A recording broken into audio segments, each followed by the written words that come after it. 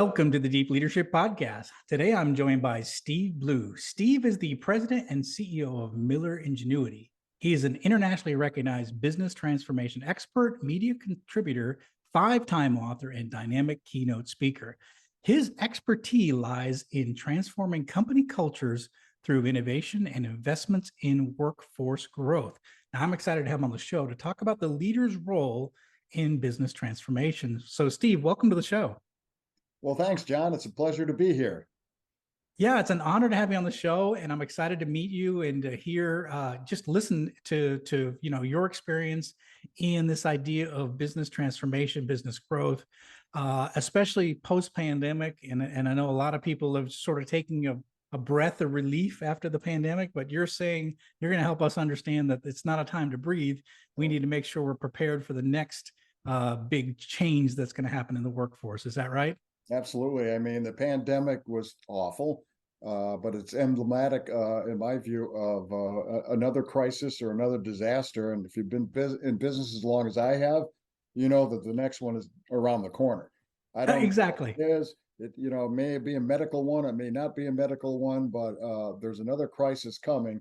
And so if you're sitting back now, breathing a sigh of relief, that's fine, but don't breathe too long. Get your knickers back in and start working on what you need to prepare for the next pandemic. Yeah, I love that. We're going to get into that today in the show. So, one of the things, just to get started, I was looking through your material and I noticed that you grew up in a blue collar family, similar to myself, and you went through night school for 20 years to earn your degrees. And I just wanted to get, just to understand a little bit, what was that experience like and what did you learn through that experience? Well, my mother was a waitress. My father was a truck driver. So I was about as blue collar can be. And they couldn't afford to send me to college.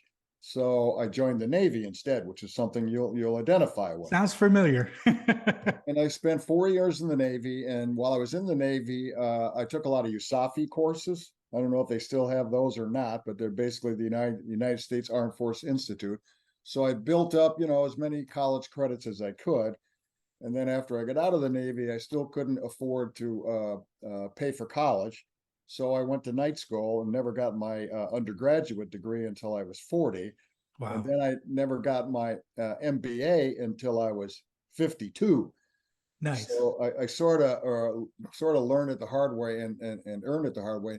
And people ask me all the time, John, what was different about the classic education? You get out of high school, 4 years of undergraduate, maybe 2 years of an MBA, as opposed to doing it the hard way, if you will, while you were working. Well, one thing, it takes tenacity. It takes a lot of effort. You're working all day long, and then you got to go to school at night. But most importantly, John, what I learned was, especially in graduate school, they tell you how things like are in business, and some of them they don't really know what business is really like because they've only spent their careers in academia. And I'm not against academia, by the way. I'm what's called the CEO in residence of one of the universities in town here, so I sort of know both sides. But I'd sit there and I'd be taking these classes, and I'd be thinking to myself, nah, that's not what I see in the real world. That's not the way things are.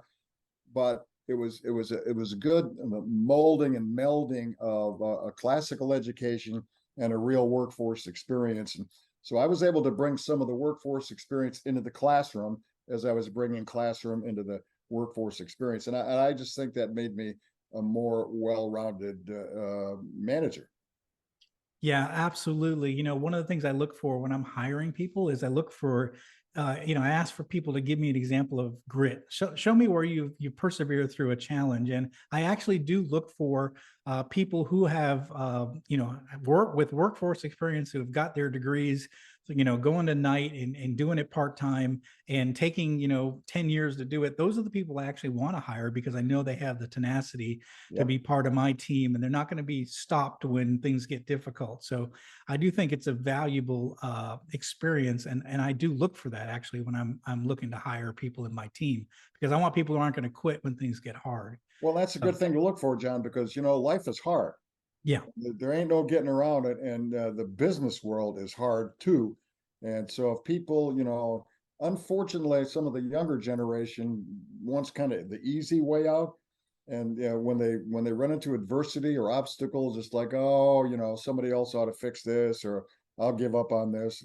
The more you can learn at an earlier age that life is difficult and learn how to maneuver your way around obstacles, the better rounded person you'll be. Yeah, absolutely. And I think that we, especially as young people, need those challenging experiences. So I do look for those people that have had those Yep. opportunities to be challenged. I Yep. hire a lot of veterans for very, very specific reasons. They've had a chance to be pushed, and they've given leadership responsibilities at a young age, and they've had Yep. to overcome adversity, get through boot camp, get to the fleet, get to, learn their jobs. It's hard work. And for young people who are 17, 18, 19 years old, I want to see that. Where have you been pushed? Where have you been challenged? So I think that's excellent. And that background, I think, is really effective. It helps you to be a more effective leader when you've have those personal experiences. I was just going to ask you that, having the blue collar background like you have, and I know I have a blue collar background as well. Grew up in a similar family situation. How do you think that helped you throughout your career, having a blue collar mindset, work ethic experience? Well, because I can identify more with people that are not in the executive suite. Yeah. And in fact, I'm sure you've been through many of psychological assessment experiences, and one of the things that they told me through every experience I ever had was, because you can identify with the lower levels of the organization, you're more effective. Mm. Well, one, because, like I was out on my factory floor today, and I'm saying hello to everybody. I know everybody's names, ask them how their kids are, how's your hip, how's your knees going, all that kind of stuff. And they look at me as not somebody who's in the top tier in the executive suite who doesn't understand what their issues are, what their problems are. They know that I get it. And Mm. that's what I have found because of my blue collar background. I mean, I've been there, I've done that.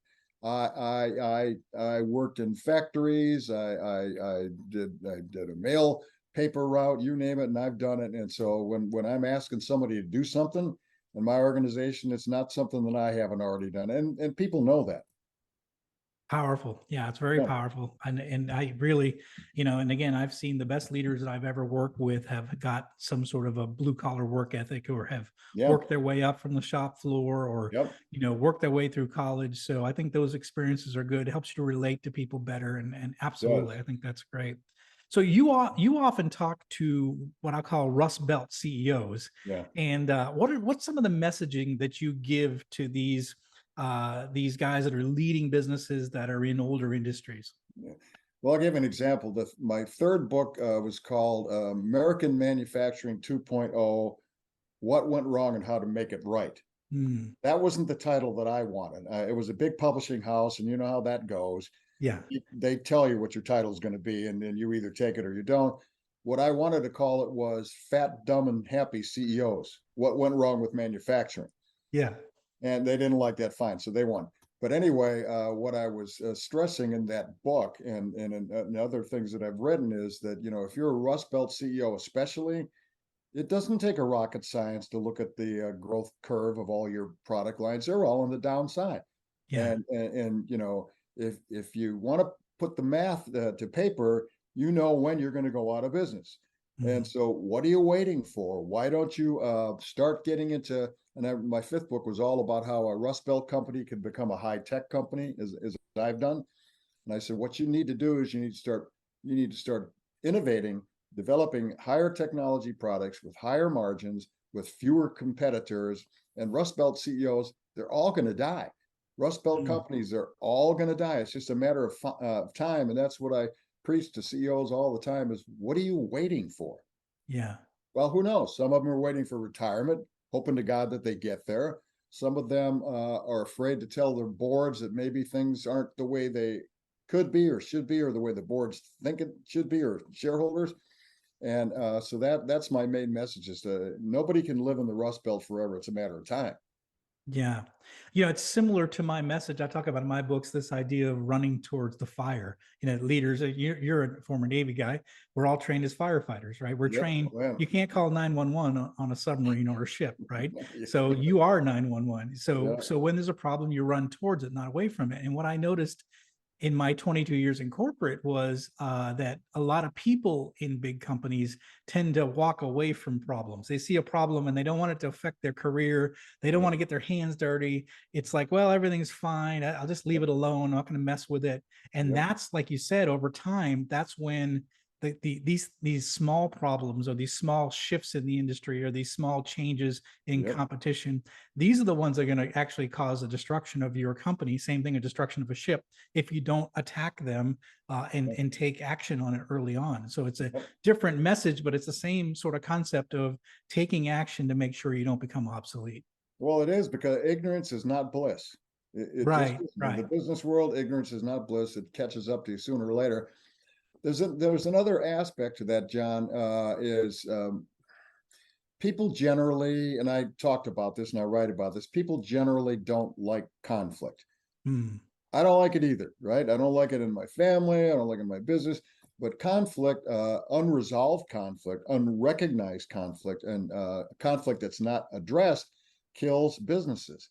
And that's what happens at the executive suite. The CEO will say, geez, if I tell the board we need to spend a whole lot of money that could be given in dividends on more R&D to try to get new products and all, well, they're not going to like that.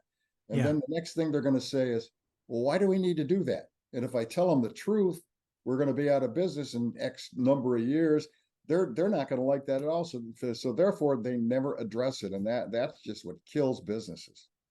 Interesting. One thing you say is that you say conflict is good. You give an example of that, making sure to raise these issues and not being afraid to, bring up the tough, the Yep, elephant in the room, right? yep, And so that's you it. say conflict is good, but you say competition amongst subordinates is bad.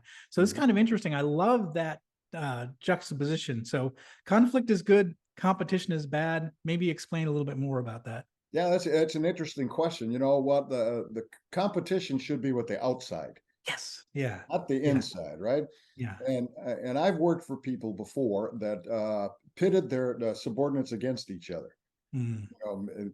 Shine in front of the boss, do something the other guy hasn't done, and oftentimes they would actually purposefully send us off in conflict with one of our peers, which is dumb because Yeah. the real bad guys out there. And so I'm not a fan of that at all. But I'm also a fan of bringing conflict to the surface and addressing it productively. I'll give an Mm. example. I did a keynote speech last year for a major medical device manufacturer, right? They wanted to be sure, they were being proactive. They wanted to be sure that they wouldn't run into the same kind of safety issues and quality issues that some of the other big names in the world ran into. And so I did a study of Boeing and the 737 MAX debacle Yep. and the NASA Challenger disaster and the Takata airbag Yep. problem. Yep. That was every last one of them. Now, there's a lot of things that they did wrong, but every last one of them was conflict down to the lower levels that never got raised to the top. Because what happens when people, and I'm sure you know this, in organizations communicate above them, they all have their own interests and their own biases. And so the message just gets a little bit altered. Yeah. So to take the 737 MAX disaster, the guys at the bottom were saying, this won't work. It'll end up in a disaster. But then when one level up, it was, well, engineering says this could be a problem, and so maybe we ought to watch it. Then when it goes one more level up, it's like, it's not a problem. Engineering will take care of it. And by the time it gets to the top, the rhetorical question I asked was, do you think the guys at the top of Boeing intended and knew that that would be a disaster and kill hundreds of people? Do you think they would have said yes to that? Mm. No, they didn't Yeah. know that. And that's a perfect example of unresolved conflict that just boils down to the bottom of the organization and destroys businesses. And I see that sometimes, again, with a couple of decades in corporate, we used to call it the good news company, that only the good news got up and nobody wanted to give bad news because it affected your career. And I think Yep. what you're saying is that we've got to get the good and the bad. There's going to be some issues that are ugly, and we've got to bring them up and we've got to address it. We can't just sweep it underneath the carpet. Otherwise, you end up in these scenarios which are disastrous for companies. And I think Yeah, that's and there's no coming back from that. And where that has to start, John, is at the top. Mm, Guy or the woman at the top has to say, you know what, not only am I giving you permission to raise conflict in front of me, I'm expecting it and demanding it. And you mm. know, the phrase that I hate the worst, nobody ever says this to me anymore. You've been in meetings where they go, let's take this offline. Yeah, yeah, What does that mean, right? yeah. That means, you know, we don't want the boss to know there's conflict here. We don't want the boss to know it isn't happy land here. And so the boss has to be the one to say, guys, I don't expect happy land. I don't want Mm, happy land. What I want is the truth, and I want honesty, and I want people to resolve. But you can't just send people off and say, fix the conflict. You know, I don't want conflict, so you fix it. You have to teach them. First, you have to learn how to productively deal with conflict as a leader, and then you have to teach all the people who work for you the same exact skill, because there's a skill in resolving conflict. You just don't let it fester. Somebody asked me the other day, well, isn't that going to mean people are going to hate each other and be mad? No, not if you do it productively and right. effectively. And that's the key. Yeah, absolutely. So it's a big point, listeners. If you're hearing, this is a really important issue. If you see your company becoming too much of a good news company, you could be in trouble. If Yep. no issues are being brought up that are that can create conflict, then you probably have something boiling underneath the surface that you need to pay attention to. So Yep. excellent points. I really appreciate that. So one thing you say is you said that certain leadership attitudes, and I imagine one of them being, not wanting conflict, but certain leadership attitudes can be um, a disaster for a company. What are some of those attitudes that we have to watch out for in leadership? Well, you mentioned the biggest one is avoidance of conflict. Mm, The second one that I see a lot of time in leaders is they assume everything is fine mm, in the organization. They want everything to be fine in the organization. And I'll give you an example. Every time I've sat back, and I've been a CEO now for 25 years, every time I sat back and said, oh man, I got this CEO thing down right. Everything is coasting. I'm zooming, baby. You know what I mean? mm-hmm. Every time that's happened to me, there was disaster lurking, and it Yes. raised its ugly head before too long. Yeah. So now what I do when I start thinking that way, it's not Mm, very often when I think that way, I think, okay, what am I missing here? There's something I am missing. So I dig into the organization and I look for it. And eventually I find it. And little problems can be solved pretty easily. When they become big problems, then they're not so easily solved. That's probably the most prevalent thing I see with leaders is because they don't see evidence of something wrong, they assume nothing's wrong. My point is, don't ever assume nothing is wrong, and go find it wherever it is. Yeah, interesting you say that, because I know I've read about Toyota. They actually do that. When they find themselves being very successful, they get worried, and so they start increasing the Yep. amount of investments in innovation, because they're Yep. worried that they get lazy with their success, and Right. they take the success for granted. So they force themselves to innovate and take that next step. So they've had tremendous success, tremendous growth, but they also continue to innovate and continue to come up with new products Yep. and improve quality. And they're not without their problems, but they're a great company it's a great example of a company that doesn't rest on their laurels. They're always Right. pushing it forward. And one of the things I always say, John, is success begets success until it does not. Perfect example of that is NASA. NASA could Yeah, do no wrong. One yeah, success after another one, and then all of a sudden, disaster strikes. And the Challenger was like a $37 part. yeah, yeah, Everybody knew about, yeah, but because they get arrogant, and it's hubris and arrogance at the top, usually at the top, that says, you know, we're so good we couldn't possibly do anything wrong. And hubris and arrogance in a leader is a killer. That's yeah. the worst thing you can have. Yeah, I mean, I'm facing it right now. I have a brand new product that we're having a supplier make for us, and we got the prototypes in, and they were to an old revision to a drawing. And we've been so good at this, we just assumed it would be fine, and then we Right. realized there was an operational problem in how we got drawings back and forth with the vendor, and we sat there and looked at each other like we screwed up, and we've been so good, we were just so used to opening the box and everything being perfect because we've been Right. so good at it. But in this case, we got an old revision to a drawing. We got a product that we can't use now. So, and it's going to cost us a lot of money. And I've been there. Yeah, and it's frustrating because I think, again, we were resting on our successes. We were pretty Yeah, good at what we did, and yeah, so we replicated that, and we missed a step, and there you go. There's thousands of dollars wasted because we sure. missed a step. So And lead times and customer expectations and material costs and all yeah, that stuff yeah. that drags along with it. Oh yeah, absolutely. The cost is beyond what we probably calculated so far. Yeah, Right, yeah. right. Yeah. So let's talk a little bit about this. We talked about it when we did the introduction. We've been through a lot in the last 3 years as business leaders. I mean, probably some unprecedented things. I would imagine Yeah. most business leaders have never seen anything like this in their careers. I know I haven't. But you say the time is now for us to strengthen our companies and prepare for whatever adversity will come in the future. So how do we? We're exhausted, right? We've been running this sprint. We've been trying to figure out how to run our businesses remotely. We've had political changes, we've had inflation, we've had supply chain crisis, we've had COVID. We've been through a lot, right? Yeah. So how do we not rest but start preparing ourselves for the next coming crisis?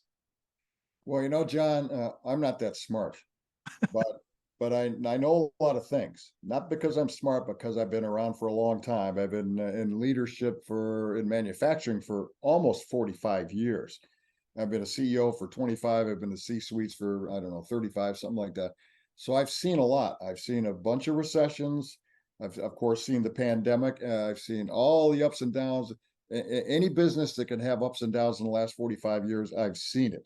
Yeah. And one of the things, so sort of, the pandemic did surprise me, but things sort of don't surprise me anymore because it's like I've been there, done that. I've already seen this movie. But one of the things that I learned a long time ago, I'll give you an example, John. I worked for a turnaround once for 7 years. It was the worst, horrible experience of my entire life, but it was the best experience of my Yeah. entire life. Yeah. We were in a position, as many turnarounds are, where we had to make a choice between paying the utility bill this week or making payroll. And so there wasn't any time or any money or any thought given to strategic planning, which I hate. Strategic planning usually means it's going to take a lot of time and cost you a lot of money. And 5 years from now, after you put the book on the shelf, you won't even know what you did. So that's where I learned to stick to your knitting. Make sure that you're making your orders plan every day. And if you make it every day, you'll make it for this week. And if you make it this week, you'll make it for this month, and on it goes to the year. Too many executives and leaders wait and hope until like a quarter is gone or 2 quarters are gone, and they say, "Oh, things aren't going. What do I do now?" Yeah. And by then it's generally too late. But the thing I learned the best was operationally control your business every minute of every day. Make sure you have the cash flow to fund your operations, and make sure you have a strong balance sheet. That's the most important thing, John. If you don't have a strong balance sheet, you better get one. The companies that my company, not only did we still make money during the pandemic, when we came out of the pandemic, our balance sheet was stronger than when we went in. Mm. And so how do you build up your balance sheet? Watch your expenses, reduce your expenses where you can, make sure they're only not non-essential expenses aren't used, and continue to build your balance sheet. The guys that went under, they had huge debt, they had weak balance sheets, and they'd have gone under from something else, John, if it wasn't the pandemic. They, Yeah. Yeah. a competitor, you know, a competitor can move in on you. The government can change the regulations, and your product is no longer able to be sold. There's a million things that can happen. The best way to prevent that is get a strong balance sheet and keep it.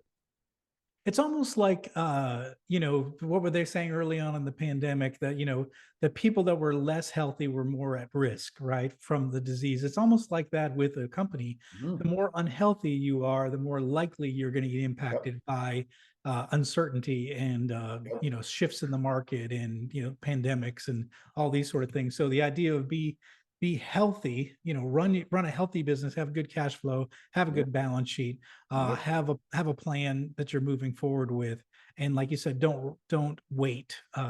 Watch it every day and yep. make sure that you don't allow trends that continue month after month. Because I'm an older executive as well, and I've seen a lot of cycles as well. And the one thing I noticed as the older I get is that the years go by really fast. You start in January, like I got this plan, right? And then you're like, wait, it's June. How did June get here? Right. You've got to move every month. Otherwise, you're never going to get to those goals. That's exactly right. And one of the things, I'm not a detailed person by nature. I have people who work for me that do that, I was asked this the other day. I look at the orders report every single day. Yeah. It comes Yeah. in at 5 o'clock every night, and wherever I am in the world, I look at it.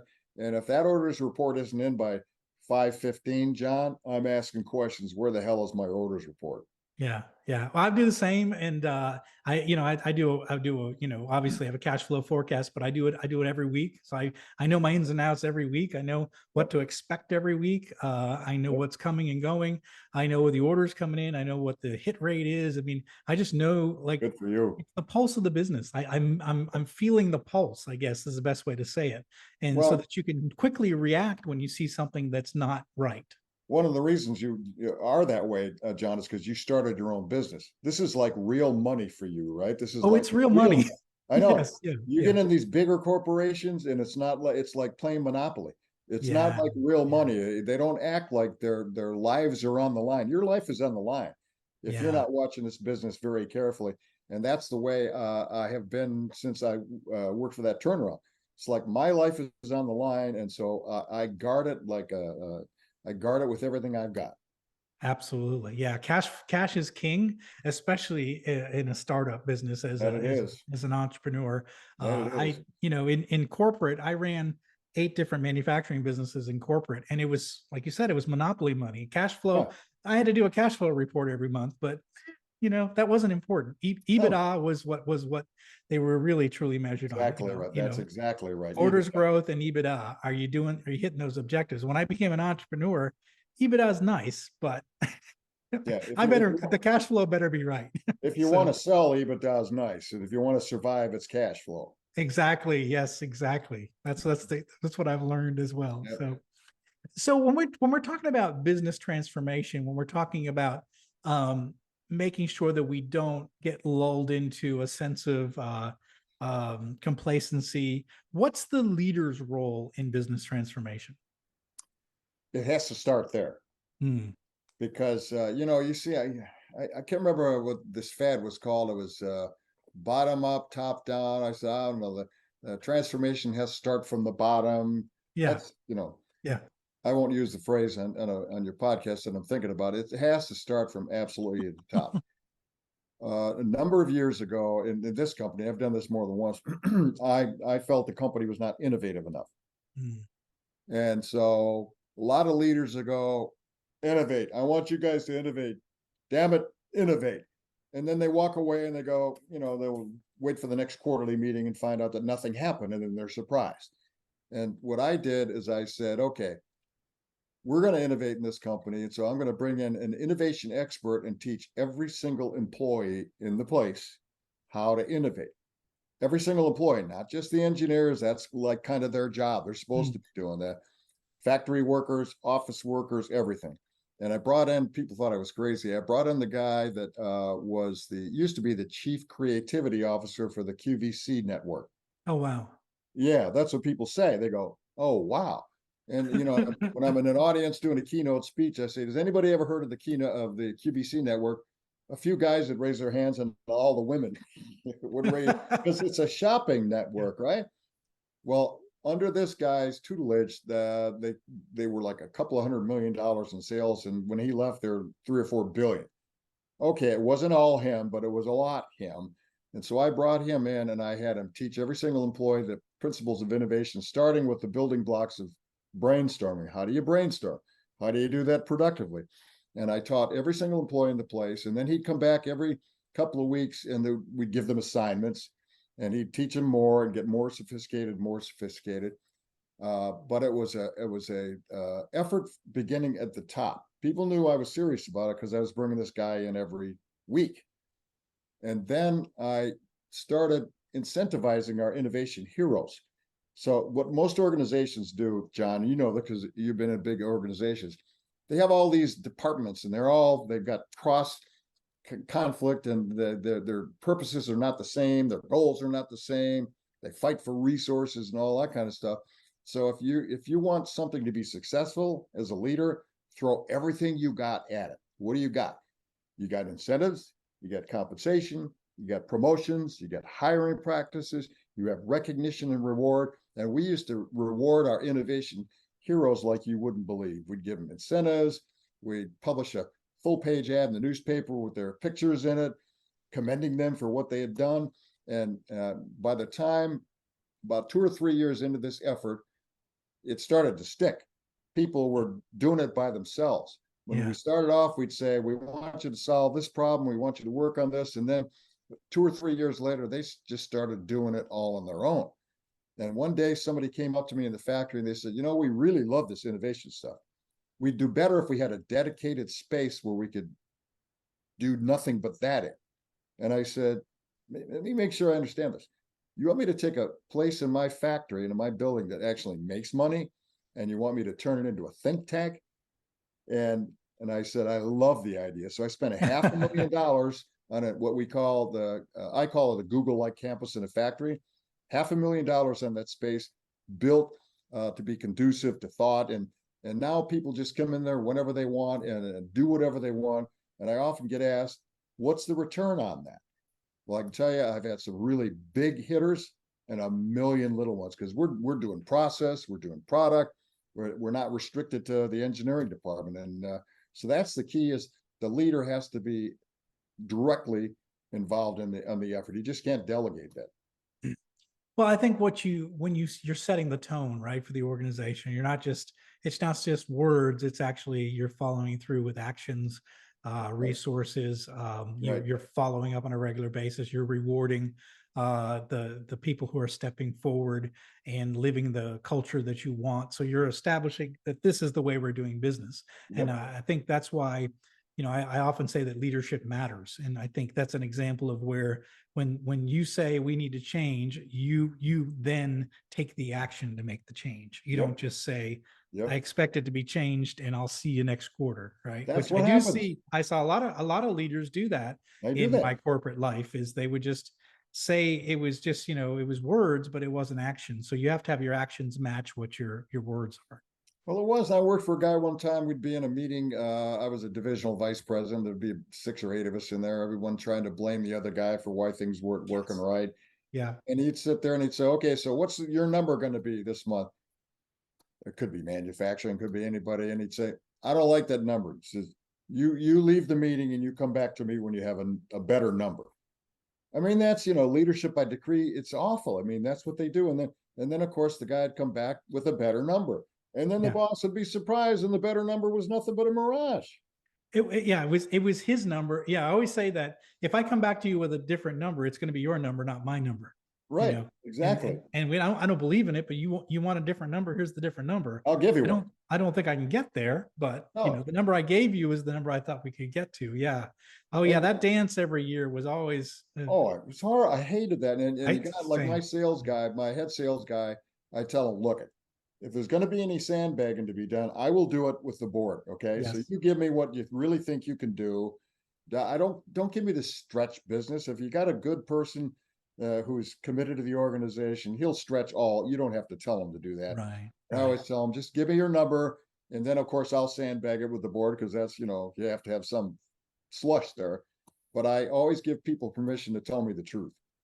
Yeah. Yeah, I like that. Yeah, I always say that. Don't spin it when it comes to me. If I need to spin it, I'll do it. I'll do it at my level. So That's right. That's yeah, your prerogative. yeah, That's right. exactly. Now, so you know exactly what I'm talking about. Oh, 100%. Yeah, 100%. Because if I get spun to and then I spin it, it's out of whack, right? And it's not good. So It is. give me the skinny, and if we have to adjust it, we'll adjust it. So, Give me the skinny. That's an old Navy term. yeah, absolutely. Yep. Yeah, I know what absolutely. that's like. Well, this has been fantastic, Steve. Are there any final messages you want to leave for the leaders who are listening in and they're trying to figure out how to what's important and what should be working on today, what should be thinking about in the future? What message would you leave with all our leaders today? I usually end these with like a generic message, but I've got one really important. Okay. One of the things you noted in the show write up is the silent business killers. Well, Yeah. I've added one. I used to have seven of them. I added one just recently to a number eight. It's called You Have a Sleeping Silent Business Killer in Your Business Right Now, and that's called healthcare expenses. Mm, Now, healthcare expenses are going up on average 10% a year, right? yeah. Most CEOs don't, and I know I did until a number of years ago, most CEOs don't pay much attention to that because it's okay. Oh, Blue Cross is racing our race by 10%. What are you going to do? It's just like life. We got to have it. No, that's not really true. You can control your healthcare expenses if you do it right, and you really should. So I advise CEOs pay as, a good CEO pays really sharp attention to manufacturing costs, marketing expense. What are you going to this trade show for? Why do you have to put that ad in the trade pub? But they don't pay any attention at all to their healthcare expenses because there's a lot of detail that you can get if you know how to ask and you know where to ask. And if Yeah. you look at healthcare expenses 10% every year from now on till like forever, it's going to bury your business if you don't get control of it. Yeah, absolutely. Yeah. And there's a lot of things you can do and Yep. you to positively impact that. So that's I've great. reduced mine by 30% in the last 4 years, and I haven't eliminated any healthcare benefit for any employee. That's fantastic. Yeah, there's a lot of options available, especially for like myself, a startup business. And there's a lot of ways you can, well, we're not a startup anymore, but a small manufacturing business. A lot Yeah. of things we can do to save money. And so, yeah, we've been looking for everything we can do to save money because that, and again, it's not to take away from the benefits for the employees, but it's just a cost that's it's a very large expense now in a business, so we have to make Yep. sure that we're controlling it, make sure that Yep. doesn't get out of control. So That's great correct. great advice, great practical advice for you here on the show today. So Steve, this has been fantastic. How can our listeners find out more about you, your company, and your books? Well, they could go to either milleringenuity.com, and I think you'll probably have that in the show notes because it's kind of Mhm. hard to spell. And that links to me, my personal website, my books, and everything, my social media. That's probably the most efficient way to get to me. Okay, very good, and we'll put that in the show notes. And just leaders, I want you to really listen in to what Steve has got to say today. I mean, this idea of not being complacent is to know your numbers, know the details, and lead from the front. If you want to push innovation, for example, in your company, you better be leading it from the front. If you want to push safety in your company, you better be leading it from the front. It don't just be full of your words. Make sure that your actions match your words. So this has been fantastic advice. Steve, thank you for being on the show and sharing all of your experience, your wisdom, and all of the insight that you gave us today. Well, it was my pleasure, John. It's always a pleasure to talk to a fellow squid. That's even better. The fact that you were in the Navy too. So I love it. So again, thanks for being on the show. My pleasure. Well, that's it for today. Thank you for listening to Deep Leadership. If you like this podcast, please subscribe and share so we can continue to build a world with better bosses. Until next time, this is John Rennie saying take care and lead well.